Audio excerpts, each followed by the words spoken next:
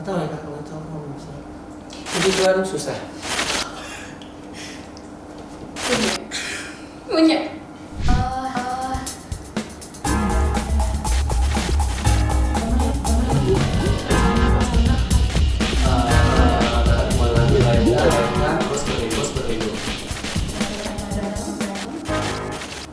Menurut kamu orang percaya punya power yang berbeda nggak? Sangat. Punya. Yes. Punya. Power seperti apa? Powernya itu apa ya? Kan kalau orang yang nggak percaya sama orang yang percaya kan beda tuh. Kan kalau orang yang yang namanya kayak cuma sekedar percaya dong kan, gue tahu tuh ada ini kok, ada Tuhan misalkan. Nah kalau orang percaya kan berbeda, kayak merasakan lebih emang benar-benar ada Tuhan. Power seperti apa? Yang pasti power yang bisa merubah semua sih. Powernya tuh kita nggak bisa lihat pakai mata batin kita sih, cuma apa yang kita bisa terima rasain dan itu beda penyampaiannya sama yang lain. Punya pengalaman nggak kalau kata-kata kamu punya kuasa? Punya. Punya. Apa ya? Gak punya sih. Nggak tahu ya kak, kalau itu aku belum bisa. Seperti apa? Seperti apa? Banyak sih, maksudnya banyak kayak di tempat kerja gitu ya. Baru-baru ini tuh entah kenapa tercetus bahwa kayaknya kantor harus punya ini deh gitu. Dan di bawah Tuhan tuh nggak nyampe kayak 6 bulan itu sudah terrealisasi di tanggal 20 bulan ini gitu. Jadi bener-bener merasa itu yang terbaru ya, tapi kalau dari dulu-dulu tuh berasa banget bahwa ya selalu tuh ingetin diri sendiri kalau hati-hati gitu sama apa yang kita ucapin, apa yang kita lepasin gitu, entah kutuk, entah berkat gitu. Doakan terus kayak dalam nama Yesus sembuh gitu. Susah nggak sih mengekang lidah agar nggak berkata sia-sia? Puji Tuhan susah. Itu lumayan susah sih. Susah banget. Kenapa? Ya karena setiap harinya pasti jumpa yang aneh-aneh. Shalom Young People, senang kembali bisa menjumpai Young People semua dimanapun berada hari ini. Baik, kita akan mulaikan sharing kita, tapi mari sebelumnya kita akan satu dalam doa. Bapak, kami bersyukur buat kebaikan-Mu. Hari ini kami ada karena kasih setiamu, karena anugerah-Mu buat kami. Kami sehat dan diberkati, bukan karena kuat gagah kami Tuhan, tetapi semata-mata karena Tuhan mengasihi kami. Bapak, kami akan memulai sharing tentang kebenaran firman-Mu. Mari, biarlah kuasa Roh Kudus-Mu memimpin kami dari awal pertengahan hingga akhirnya. Bahkan dimanapun kami berada, Roh Kudus menolong kami untuk kami jadi pelaku-pelaku firman Tuhan untuk mempermuliakan nama Tuhan. Terima kasih Bapak, dalam nama Yesus kami berdoa, haleluya, amin. Baik, Young People, hari ini tema yang diberikan ke saya adalah power atau powerful. Terambil dari 1 Korintus 4 ayat 20. 1 Korintus 4 ayat 20 berkata seperti ini. Sebab kerajaan Allah bukan terdiri dari perkataan, tapi dari kuasa. Sekali lagi, sebab kerajaan Allah bukan terdiri dari perkataan, tetapi dari kuasa. Yang people, kalau kita membahas tentang kuasa dari firman Tuhan, seringkali pikiran kita langsung tertuju kepada kuasa adikodrati, kuasa mujizat atau tanda-tanda heran. Mungkin tidak salah, ya. Tapi ayat ini punya sesuatu yang berbeda. Kita akan belajar menggali kebenaran firman Tuhan dari perikop yang berkata tentang rendahkanlah dirimu.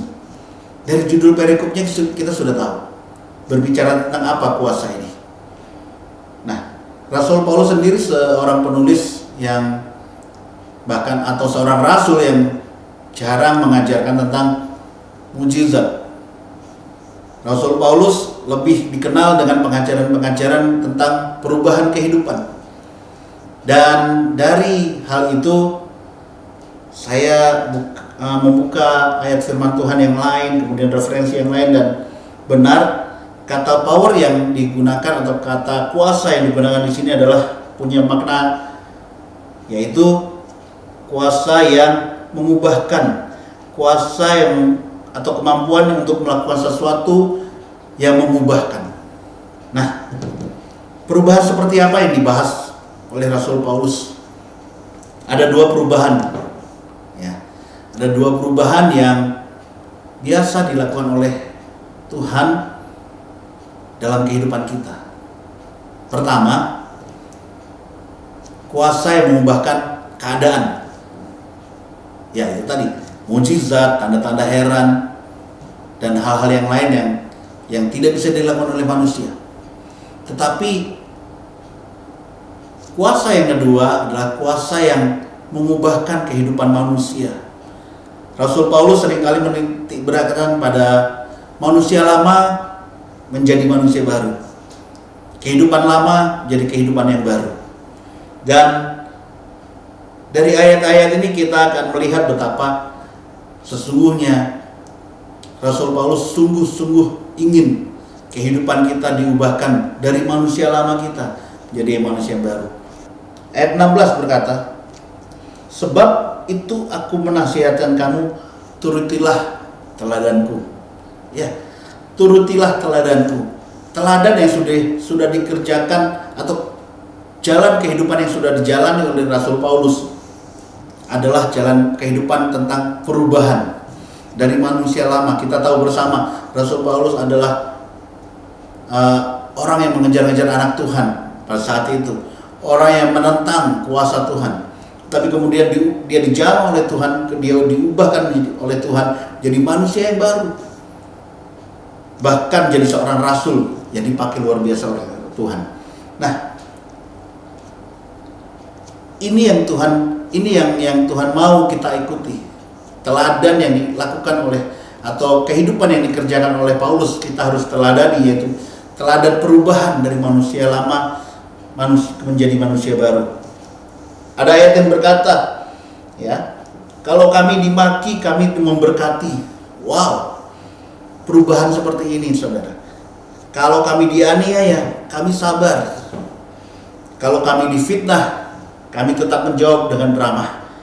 Sebab itu, aku menasihatkan kamu, turutilah teladanku.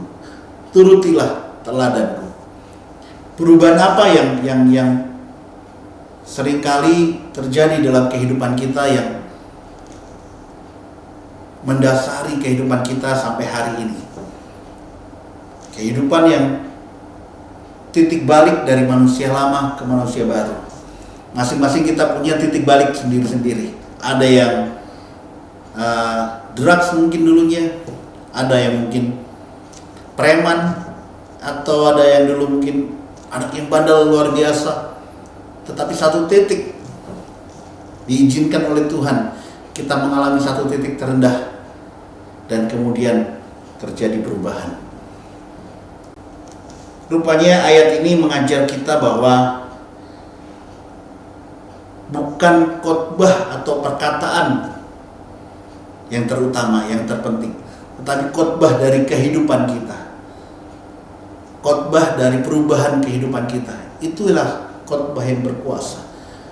Saat teman-teman lama kita melihat perubahan kehidupan kita dan menjadi manusia baru, saat keluarga kita melihat atau bahkan mengamati ada perubahan dari kehidupan kita yang lama menjadi kehidupan baru, di sanalah kehidupan kita menjadi berkat buat orang lain. Seringkali kita nggak sadar bahwa kehidupan kita adalah suratan terbuka di hadapan orang lain. Kita harus mengerti, kita harus belajar apa yang Tuhan mau kita lakukan dalam hidup kita adalah menjadi suratan terbuka. Tapi suratan terbuka itu adalah sesuatu yang baik, haruslah sesuatu yang bisa dipelajari, haruslah sesuatu yang bisa memberkati. Artinya sebelum suratan itu dibuka atau dibaca oleh orang lain, kehidupan kita harus benar-benar mengalami perubahan. Perubahan apa? Yang terutama adalah perilaku kita, langkah-langkah kita, kehidupan kita, dimanapun kita berada. Sekali lagi, tadi ayat yang berkata, kalau kami dimaki, kami memberkati. wow, seringkali kalau kami dimaki, tinju yang melayang. Itu dulu. Tapi yang Rasul Paulus atau bahkan Tuhan mau lewat ayat ini adalah, kalau kamu dimaki, kamu harus bisa memberkati. Kalau kamu dianiaya, kamu harus sabar. Kalau kamu difitnah, kamu harus tetap ramah. Inilah yang paling sulit, perubahan yang paling sulit. Saat kita memperkatakan sesuatu, itu mungkin mudah. Saat kita memperkatakan, oh saya sudah berubah, saya dulu jahat sekarang baik, mudah. Tetapi saat kita tidak hanya berkata-kata, tetapi memperlihatkan perubahan tersebut, itulah yang sulit. Jadi kuasa yang Tuhan berikan di sini adalah kuasa untuk mengubahkan. Tapi perhatikan, kuasa ini atau perubahan ini seringkali berjalan dengan lambat. Tapi tenang, berjalan lambat sekalipun tetap harus ada perubahan. Lambat tetapi tetap maju. Lambat tetapi tetap terlihat perubahannya. Hari ini saya mengajak kita semua untuk melakukan perubahan dalam kehidupan kita. Ada bagian-bagian dari kehidupan kita yang mungkin belum berubah. Ada bagian-bagian dari kehidupan kita yang mungkin belum dijamah oleh Tuhan. Ya, kita sudah bertobat, tetapi ada bagian yang terus diperbaiki. Ada bagian yang terus-menerus dijamah oleh Tuhan. Ada bagian yang terus-menerus mengalami perubahan. Tidak mudah, sulit, tapi bukan tidak mungkin. Disinilah diperlukan kuasa dari Tuhan buat mengubah kehidupan kita. Dan kehidupan kita punya kuasa untuk jadi berkat buat orang lain. Young people, ingat bahwa karena Allah memerintahkan kehidupan kita, memerintah dalam kehidupan kita, hal itu dibuktikan lewat kekuatan hidup orang tersebut. Kekuatan hidup orang tersebut, bukan perkataan orang tersebut. Benar, di ayat yang lain kita berkata tentang perkataan itu berkuasa. Tetapi konteks kita hari ini adalah, kalau Allah memerintah dalam hidup kita, dibuktikan dengan apa? Perubahan dari hidup kita, bukan hanya dari perkataan kita. Kehidupan kita akan jadi berkat, kehidupan kita akan dilihat oleh orang lain, kehidupan kita akan dinilai oleh orang lain, dan saat orang lain melihat ada perubahan dari hidup kita, disitulah mereka pun diberkati. Hari ini kita belajar sekali lagi perubahan dalam kehidupan kita. Kuasa bukan sekedar perkataan, tetapi kuasa yang mengubahkan seluruh kehidupan kita. Dan itu hanya kita bisa dapat saat kita datang kepada Tuhan. Kita menyerahkan diri kepada Tuhan, dan Tuhan memerintah dalam kehidupan kita. Sekali lagi, saat Tuhan memerintah dalam kehidupan kita, itu akan dibuktikan lewat perilaku atau kehidupan kita yang sudah diubahkan. Amin. Mari kita berdoa. Sekali lagi kami bersyukur buat kebaikan-Mu Tuhan, buat sharing firman-Mu yang sudah kami sampaikan. Sederhana, tapi Tuhan kami rindu lewat kuasa Roh Kudus-Mu itu boleh menjangkau, menjamah setiap kami Tuhan, setiap anak-anak Tuhan dimanapun berada. Kami rindu menjadi berkat lewat kehidupan. Kami rindu menjadi berkat lewat perubahan kehidupan kami. Dan Roh Kudus, biarlah kuasa-Mu menjangkau setiap anak-anak-Mu. Kuasa-Mu mengubahkan kehidupan setiap anak-anak-Mu Tuhan. Jadikan mereka anak-anak yang mempermuliakan Tuhan, anak-anak yang diubahkan oleh Tuhan. Kami bersyukur buat waktu yang sebentar ini Tuhan. Tapi kami percaya Roh Kudus tidak selesai dengan kami. Roh Kudus, Kau terus bekerja lewat kami semua. Kehidupan kami dan kehidupan anak-anak-Mu Tuhan. Untuk kami boleh menjangkau lebih banyak lagi teman-teman kami. Untuk kemuliaan nama-Mu. Ini doa syukur kami Bapa.